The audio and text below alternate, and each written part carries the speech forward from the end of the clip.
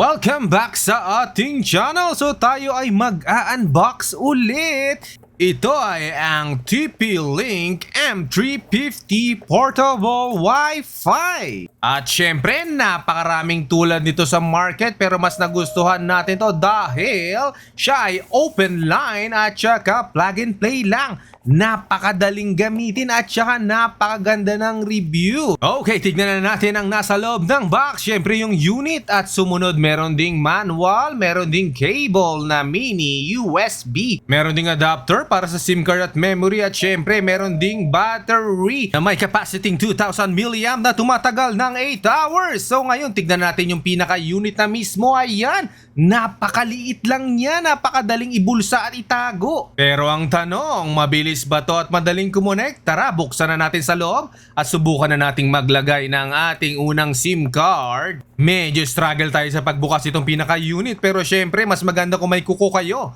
Madaling buksan, sungkitin nyo lang ng tulad ng ganito. Ayun, nabuksan na ang pinaka-unit. Ilagay na natin yung pinaka-SIM card natin. Kunin natin dito sa isang phone natin. Una nating ilalagay ay ang SIM card ng Smart. Tignan natin kung madedetect at kung may signal siyang makukuha. Syempre, depende pa rin yan sa location nyo kung malakas ang signal ng Smart. Pero dito, tignan natin kung mabilis kasi sa gamit ko sa phone, mabagal ang Smart dito. Okay, diinan nyo lang yung pinaka-power button dito sa pinakaunahan. Hintayin lang nating mag-load at lalabas yung word na Smart. So, ibig sabihin, na-detect yung ating unang SIM card na susubukan na yan. At kung i-click nyo naman sa pinakataas, yan ay para magkaroon kayo ng selection sa mga option dito sa pinaka-screen.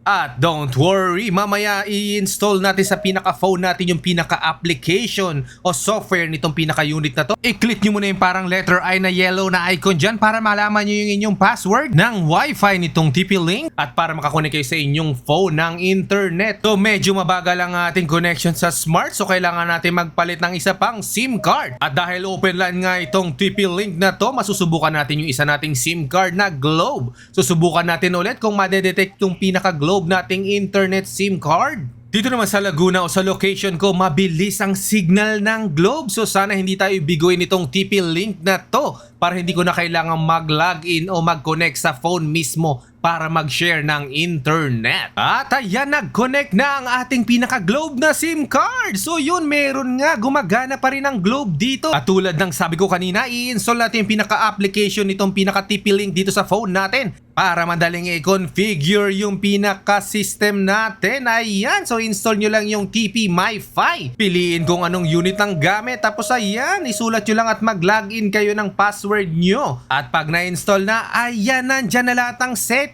Hindi nyo na kailangan magpipindot doon sa pinaka-screen na maliit na nakalagay doon sa pinaka-unit natin. At meron ding QR para ma-share mo yung internet mo. Ngayon, subukan na natin ang bilis itong pinaka-Globe natin. Ayan, so madaling nag-open yung mga kailangan i-play sa YouTube. Ang sukatan ko lang naman ng speed ay dito sa my YouTube hanggat hindi siya nagbabuff. Ibig sabihin ay mabilis ang internet. Ngayon, susubukan ko naman sa aking Messenger video call kay Mrs. Tignan natin kung maglalag. Ayun, ang ganda ng connection.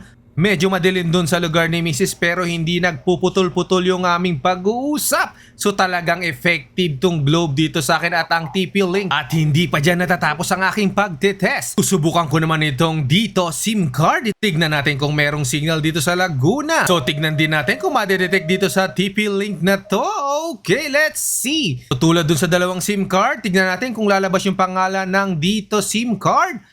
Ayun, lumabas dito. So, yun, tignan natin kung mabilis din ang internet niya gamit tong SIM card na to.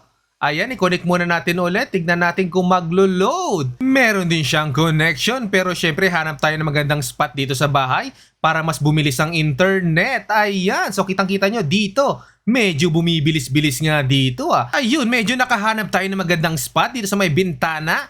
Ayan, kumonek tayo ulit. So, i-testing na natin yung pinaka-Facebook. Tignan natin kung maglo-load ng maayos yung mga video. Ayan, dire-diretso na siya. So, ayos din ang dito sa akin na SIM card. So, okay pala sa Laguna. So, subukan naman natin dito sa ating YouTube.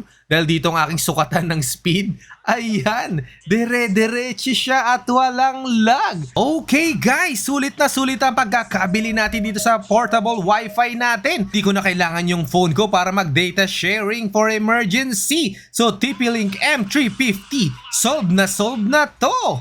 So sa mga nagbabalak bumili dyan, approve na approve! Bukod sa pagiging open line, ang lakas sumagap ng signal. Okay, hanggang dito na lang po muna tayo sa ating unboxing at saka konting review. Thank you for watching! Please like and subscribe and hit the bell button para po ma-update pa tayo sa mga susunod nating video. Goodbye and God bless! Ciao!